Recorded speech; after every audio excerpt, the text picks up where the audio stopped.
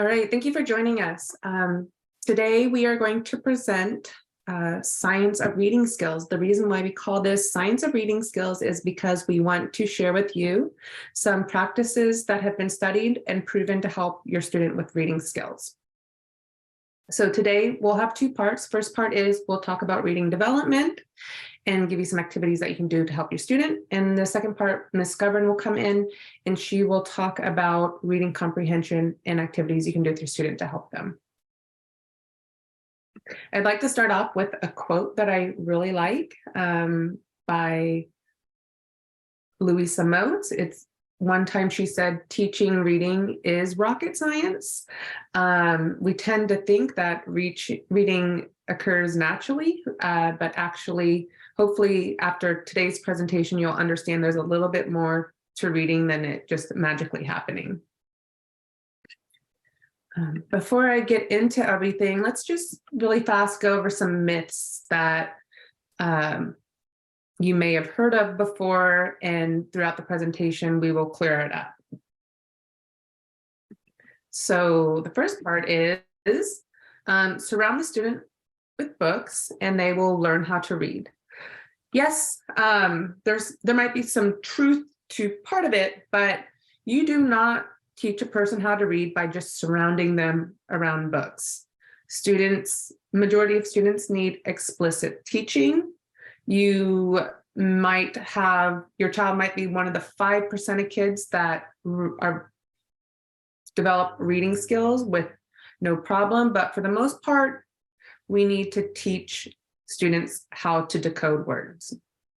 The benefit of surrounding your student with books would be that it gives them options. So once your student knows how to read, they may pick up a book instead of picking up their video game, right? You really want to hope that they're going to make the choice of the book versus the video game. So myth number 2, beginning readers should use pictures to help them read words. Have you ever heard of that before? Well, sometimes you might see that your child is being taught to read by looking at pictures, but that is not how we learn to read. It's actually rewiring the brain in a way we don't want to, because we are not naturally wired to read. We have to rewire our brain. And when you're teaching reading by looking at pictures, it can actually rewire your brain in a different way that we don't see with efficient readers. And here is an example of what I mean looking at the picture to figure out the word. So let's say you give your beginning reader this book. This book looks like they could read it, right? Seems pretty simple. Orson has a big bone. Taco has a little bone. Orson has a big bowl. Taco has a little bowl.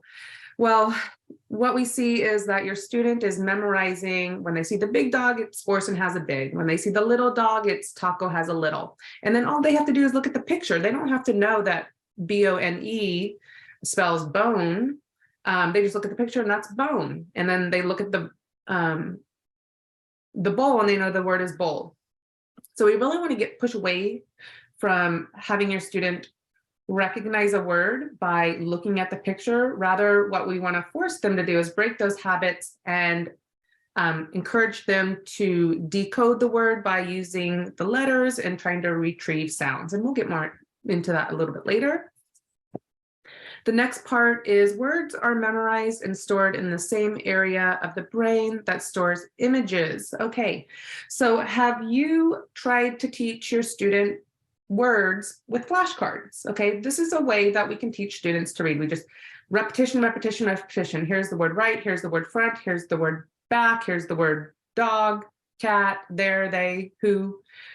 And eventually your student will memorize the words and recognize them, but it's a very inefficient way to teach your student how to read, because memorizing an image, a random order of letters, is going to take a lot longer for your student to store than it is for them to break the code and identify letters, sound out words by letter sounds.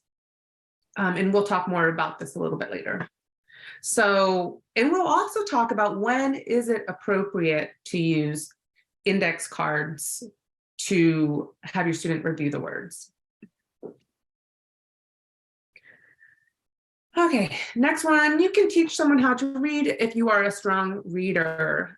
This is another myth. Just because you know how to read does not mean you know how to teach reading. And I'm saying this because sometimes you can be a very strong reader and it was very natural for you to learn how to read. So you don't really recall what it took for you to learn how to read. But there's a lot of steps involved that I'm going to go into about how we learn to read. So just because you're a strong reader, you can read a book to your child, you can surround your child with books. It doesn't mean that that's the best way to teach them how to read. And we'll talk more about that. And this last myth is, don't worry if your student is struggling with reading, they will catch up when they're ready. No, don't trust anybody that says that. Because what evidence shows is that there is a Matthew effect. So if your student is struggling to read in first grade and does not get any support, they're not typically going to magically start reading at third, fourth grade. What's going to actually happen is they're going to stay a poor reader. They're not going to like to read, so they're not going to be encouraged to read. Good readers are going to increase the reading skills because they enjoy to read. So the gap later in elementary is just going to get bigger and bigger. So we want to work on identifying immediately when we are seeing students struggle with reading. So again, that myth, it is a myth that your student will catch up when they're ready. So and I'm going to talk about reading development and decoding. Ms. McGovern's going to talk about language comprehension. With decoding, I'm going to talk about this big word, phonological awareness, decoding and sight recognition. And then Ms. McGovern will discuss language comprehension, so the background knowledge, your vocabulary, language structure, verbal reasoning, and literacy knowledge. Now, your student needs both pieces to for reading comprehension to occur. And reading comprehension is, being able to get meaning from what you're reading, right? And that's the whole purpose of reading. So if your student is weak in one of the areas, if they're weak in decoding, poor in decoding, and they're poor in language comprehension, they're going to be a poor reader. If they're poor in decoding, but good language comprehension, they're still going to be a poor reader. If your student is poor in language comprehension, but good with their decoding skills, they'll be a poor reader. We need to have your student be strong with decoding and language comprehension to be a good reader. Now, let me just show you here. Here's like a timeline, a journey of how we eventually get to that point of reading. And I'll talk about each one of these pieces as we go through my presentation, but I'm going to talk about language. That's where we all start. We are hardwired to learn language, and that's how we naturally learn it. With that comes phonological awareness. So that's the awareness that there's different parts of sounds in words. So we can break apart words into sounds. And like a compound word, like hot dog, we know that we can separate the word hot dog into hot and dog. Phonemic awareness. Phonemic awareness is a skill under phonological awareness, but it's an advanced skill. That's where you are going to recognize the individual sounds within a word. So the smallest unit of sound. So in the word dog, there are 3 sounds, d, a, g. And phonemic awareness is very important because when we get to that alphabetic principle, that's where we're connecting those individual sounds with the letters that we see. So phonemic awareness is going to work with your alphabetic principle because we need both of those to get into decoding. Decoding is the ability to sound out words and sound out unfamiliar words. So if we come across an unfamiliar word, we can go back to our alphabetic principle. I see the letters D, O, G. I recall D says D, O says ah, G says G. So now I'm going to practice on blending it to try to make the word dog. And then what we want students to do, once we have taught them these skills, we want to reinforce it with practice. With enough practice, these words are going to become automatic, because adults, you might notice that, hey, I am looking at a word and I just automatically recognize it. I don't even think about it. That's what we want students to do. But as a beginning reader, they're not doing that. They're looking at the individual letters, trying to recall the sounds. There's a lot going on in the working memory that does not happen once a word becomes a sight word. Sight word can be used differently depending on who you talk to, but my definition of a sight word is when the word is automatic. You see it at sight, okay? Some people just will use sight word differently, but today when I use the word sight word, that's a word that you automatically recognize. So let's go ahead and talk about just activities that you can use or do with your student to help them. Talk about language. So language is important because we need to be able to hear the word to read the word. Usually that's how it works. You've heard the word before you're going to read the word. Of course, we can sound out words that we haven't heard before, but it does definitely help that we've heard the word as we're trying to sound out the word. And with language, how can you help as a parent? You can talk to your child more. There's a study that came out where it's called the 30 million word gap.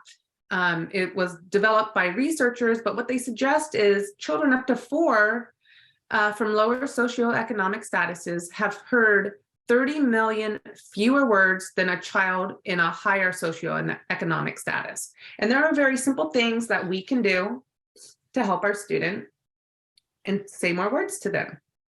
So I got my little avocado here. So let's pretend we're at the store and your child picks up an avocado. It's not on your shopping list.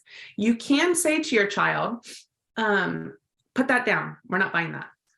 Really fast and simple. Or you can say, oh, I see that you picked up an avocado. An avocado grows off of a tree, and it typically grows in warm climate. And one thing that you can use with the avocado is you can make guacamole. Why don't we buy this avocado and I can show you how to make guacamole? Do you see in those 2 examples the difference of how many words you said to your child? So just different ways you can think of explaining things to your child is great, just to have them hear the words. And if your child was 5 years old and you said the word warmer climate, maybe they never heard that word before. So they're making these connections at a very young age. So language is important, and talking to your child, making sure you're talking to them consistently, constantly is great.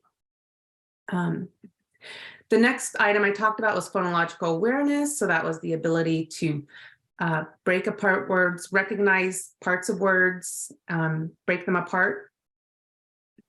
And I want to show you an activity that you can do with your child. And at the end, there is a page with resources that you can use. And one of the resources is different activities that you can use with phonological awareness. So this is an activity with phonological awareness. You can call it the game of the odd one out. So you can have your child use their detective skills. And you're going to give them 3 words and you're going to ask them which word does not fit. So 2 words have something similar and 1 word is different. Can you figure out the 2 words that have something in common in the 3 words that I'm about to give you? And you could say fat, cat, map. And a child with good phonemic awareness is going to recognize that map does not belong. And then there's more. So like pat, mit, bat, your child is, if they have good phonemic awareness, they're going to recognize that mit has, or pat and bat both end in at, and mit has a different middle sound. So that's an example of how you can practice phonological awareness with your student. And if they're struggling, you can give them direct feedback. So if they didn't get it right, I wouldn't just move on. I would actually work with them and explain to them why what they chose was not correct. And this is the reason, well, this is the reason why, and here's the correct answer. And with phonological awareness, your student does not have to see any words. All they're using are their ears to listen. And then there's phonemic awareness. So that's the ability to break apart spoken word into the smallest unit of sound.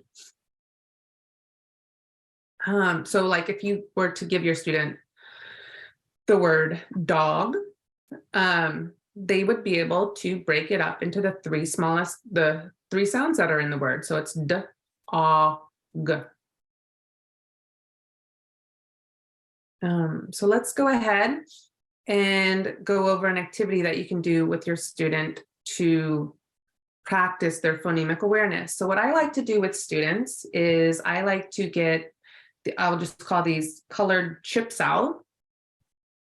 And as I say these sounds to the word, I will point to the chips. So if I were to say the word dog to the student, I would say, here's the word, here are the sounds to dog. D, a, g. Okay. So all they're doing is recognizing that each sound chip represents a sound. They're not worried about the letter, what letter it is. They're just really focusing on the sound, playing this game with you. And what you can do is you can say, okay,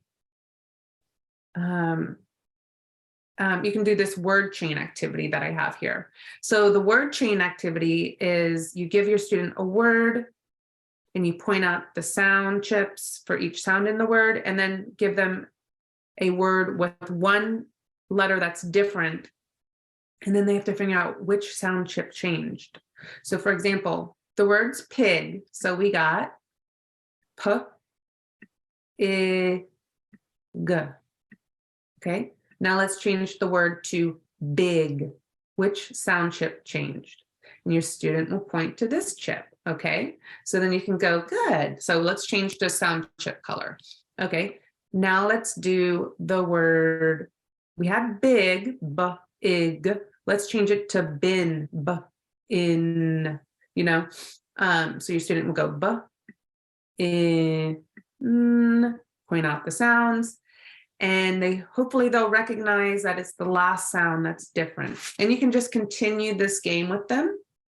It's really a great way for them to recognize the different sounds in the words. And in the resources that I'm going to give you, I'm giving you a link to these word chains. There's lots of options for word chains that you can use.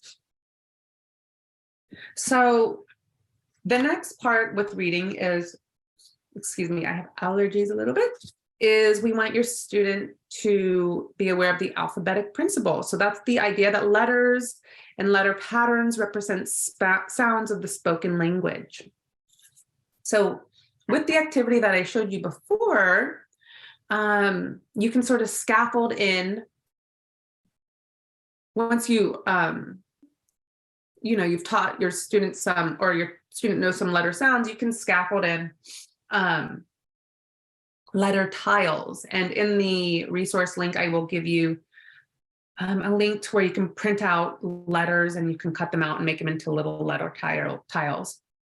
But here, let's say you just sounded out the word big. Now you're going to have your student use the letter tiles that they have in front of them and spell the word out. So they're going to put the B under here, the I under here, the G under here. And so then you go, okay, so the word was big. Now change it to bin. Let's first start with the sounds. Just focus on the sounds. B, I, mm. What letter do we have to change? Your student is going to say, okay, it was the red tile. So that, and I'm going to change letter G to letter N so they can practice that. And then when your student's ready, we do want to practice handwriting. So when they're spelling, it's also great when they're ready to use letters and spell, it's also great to have them then spell the word. Spelling can be very difficult, even if the letters are right in front of them, just because of their muscle motor control. So, and that just comes with practice and working out, strengthening your hand. They will eventually, it'll come easier for them. Their muscle memory is going to remember better how to make that small O when they're doing the D. It's definitely going to get better and better with practice. So first we want to start with the sounds. When they're ready for the letter tiles, let's bring in the letter tiles. And then when they're ready to write, we want to bring the writing in.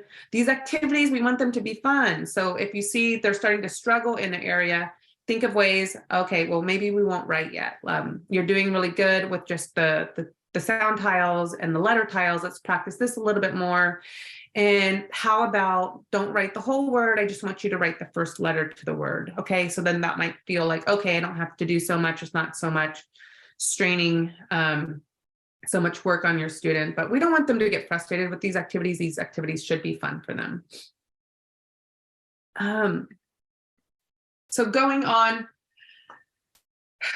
letter sound knowledge is critical for beginning readers and writers. And if you're ever wondering, well, you know what, my student's struggling with sounding out some sounds and not the others. I don't know what sounds that they know. So what should I do? Well, you can yourself, you can put a sheet out, and I have this in the resource link. You can put a sheet like this in front of your student, and you can have them name the names. You can have them name the sounds. You can also print out another sheet that looks just like this. And as they're reading their sheet, you can mark on your sheet which ones they know, which ones they don't know. So if they are having trouble with the letter G, you notice on this sheet, and then you also recognize they weren't able to read the word bag. Oh, okay, well, if they don't know the letter G and the sound that it makes, they're not going to be able to read the word bag unless they have a picture memory and have memorized that letter pattern. So making sure your students are strong with their letter names, letter sounds are very important. Okay, so then we talked about phonological, well, we talked about language, phonological awareness, phonemic awareness, talked a little bit about how to do or to spell letter sounds, but we also, let's talk a little bit about reading, breaking the code, right? So when a student comes upon an unfamiliar word, we don't want them to guess. We don't want them to look at a picture. We want them to look at each individual letter and sound it out. And sometimes what you can do is like the sound chips, those colored sound chips that I just showed you, you can put them underneath the word, and then you can have your student point to each one and say, and they can say d, a, g, and then have them blend. Some things that I do with students is I will use cards. So here are cards with the letters on it, and I'll have them individually sound out each sound. So they'll go s, a, s, and then I'll try to get them to blend them together. I'll try to make them make the sounds really fast together without taking a break until they can blend it into the word sat. Now, so far I've just talked about words that are regular, that you can sound out just with the letter sound knowledge that's been taught. But there's also what we call irregular words And I don't call these sight words, but a lot of people do call these sight words. So irregular words are words that don't follow the rule. They don't follow the rule that C says k, A says a, T says t. And let me show you in a list of examples. And the reason why we want to teach irregular words at an early point is because it's very difficult to write a sentence without an irregular word. But we don't specifically teach that phonics rule because it only happens maybe once. And rather than teaching that phonics rule, AI makes the eh sound, we're going to teach the student said, and we're going to teach it as an irregular word. Now, this is where we want to be careful, and we don't want to just have your student put this on an index card and just flash through them to see which ones they know, which ones they memorize, which ones they haven't. What we want to do is we want to put the irregular word in front of our student, and we want to talk about what's regular first. So in the word said, the S is regular. It makes this sound. The D is regular, it makes the D sound. It's the AI that's not regular. AI, once you get into those vowel teams, it makes the A sound, like in braid. But AI here makes the eh sound, like E, the short E sound. So that's not what we typically hear. It's very irregular. So it can really trip up students, beginning readers, when they're starting to read. So when we teach them, we want to let them know this is the S and the D is regular, the I is not regular. So let's call this, I call these heart words, okay? So we have to know that the AI, we have to memorize by heart, makes the eh sound. So when we sound this word out, it says said. And your student's going to need a lot of repetition with these irregular words. Some will catch on faster than the others. That's okay. One student might need 1 to 4 repetitions with this word. Other students might need 30 to 4 repetitions with this word. That's, everybody is just, their strengths are different with how they learn to read. But we do want to be consistent with when we teach, so we don't confuse them, what's a regular word and what's not regular word. And in the resources that I provide, I give you a whole list of irregular words. And you can just go through the ones, and they're also underlined just like this, under the irregular parts underlined for you to use. Okay, so with that being said, taking into consideration the phonetically spelled words, the irregular words, why is spelling so difficult? Well, we only have 26 letters in the alphabet. How difficult can that be? It's difficult because those 26 letters are going to make 44 sounds. So the English language has 44 sounds. There's sounds that we might not think about. Like we have the owl in couch. We have the R in bar, car. There's a lot of sounds that we don't think about, but there's the TH, like, so that's how we can get 26 letters to make 44 sounds. But on top of that, there's also over 200 ways to spell those 44 different sounds. And we have to know when to use which.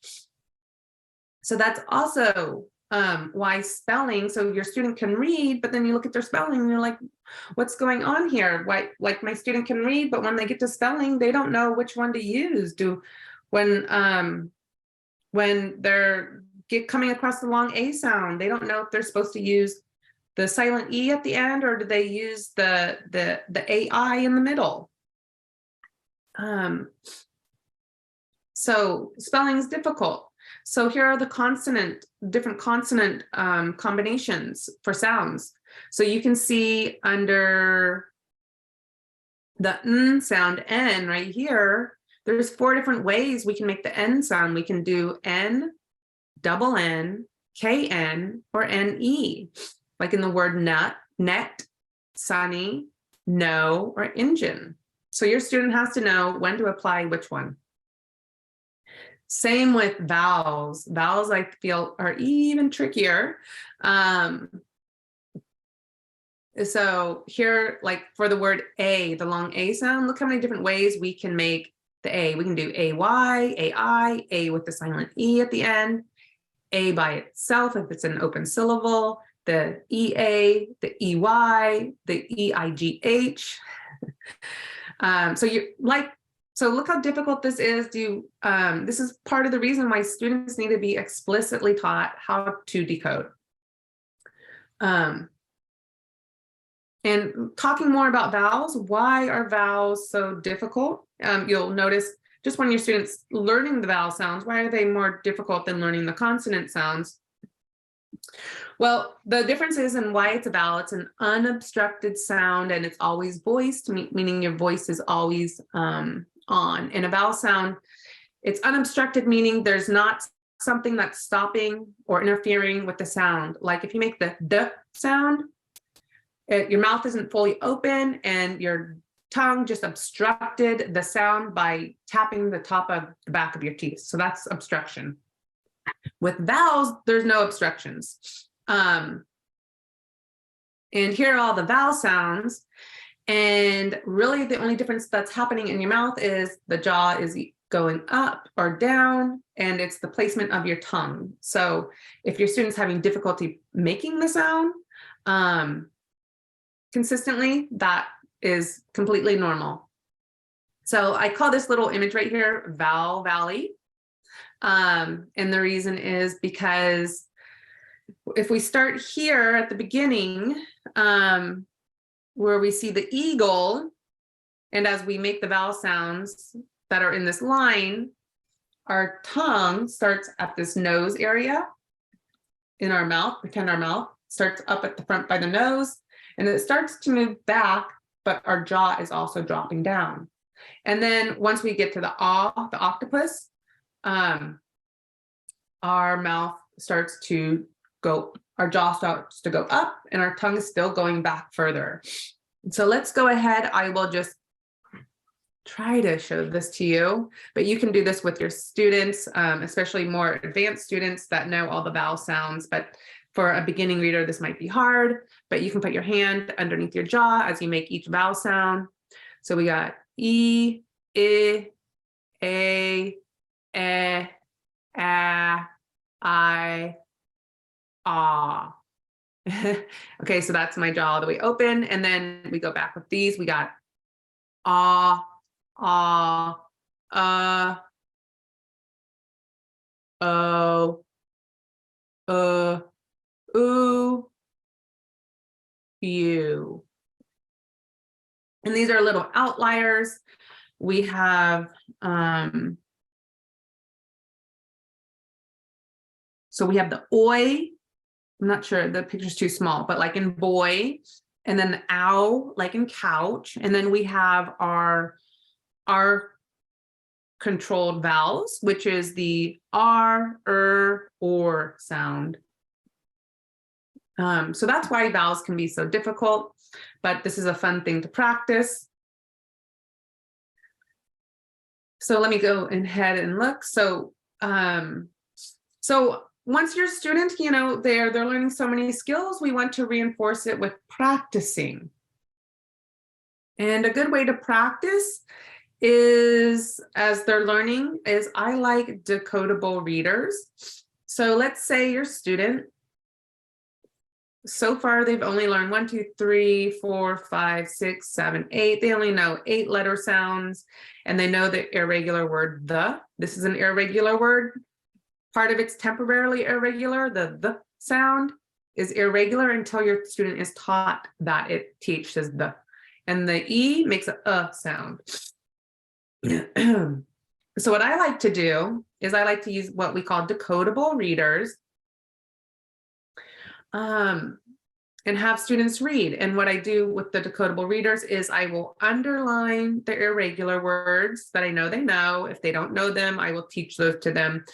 And then this book, the words that are made in this book that you can phonetically sound out are only using the letters that your student knows.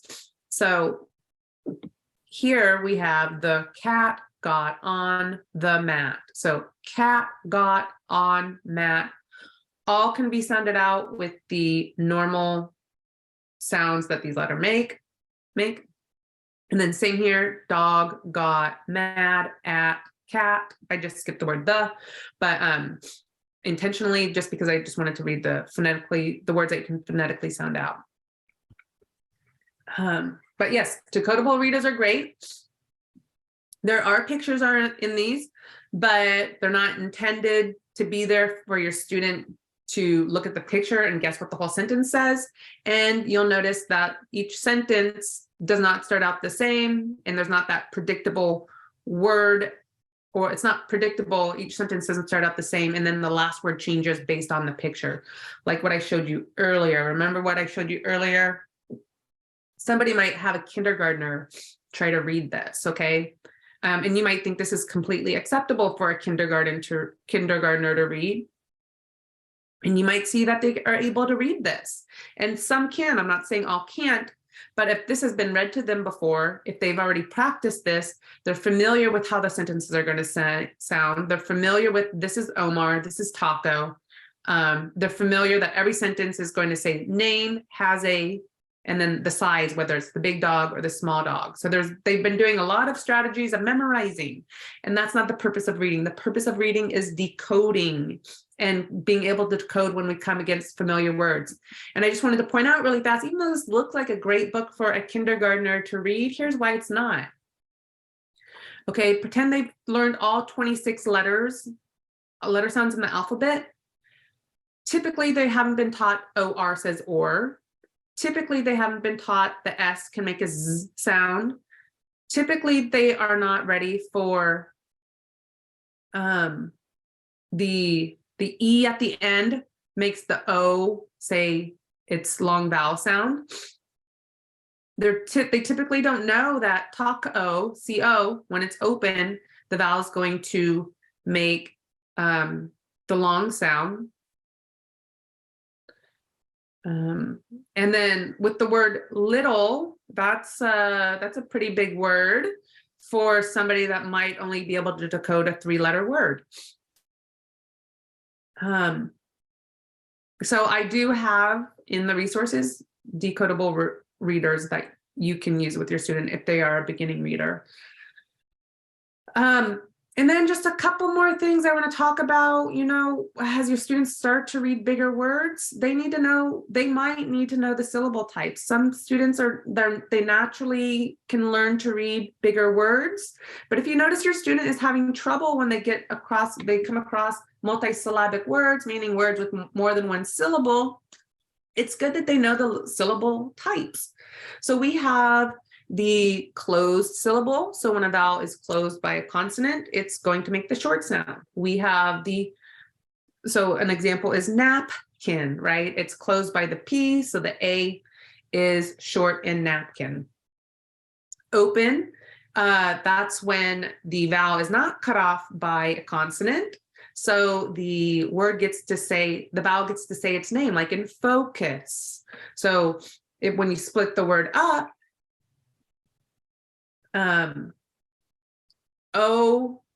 fo is one syllable and O saying its name. We have the R controlled vowels. So we know when we see UR, AR, OR, ER, IR, they're going to make that their sound. So like in turnip or carrot. We also have vowel teams. Vowel teams is when things get very tricky for students. So the vowel teams that say the long sounds, like the AI, AY, make the A. We have the silent E syllable. So this is where it makes the word say, or it makes the vowel say its name, like the A in cake. Notice how it doesn't say cack, it says cake.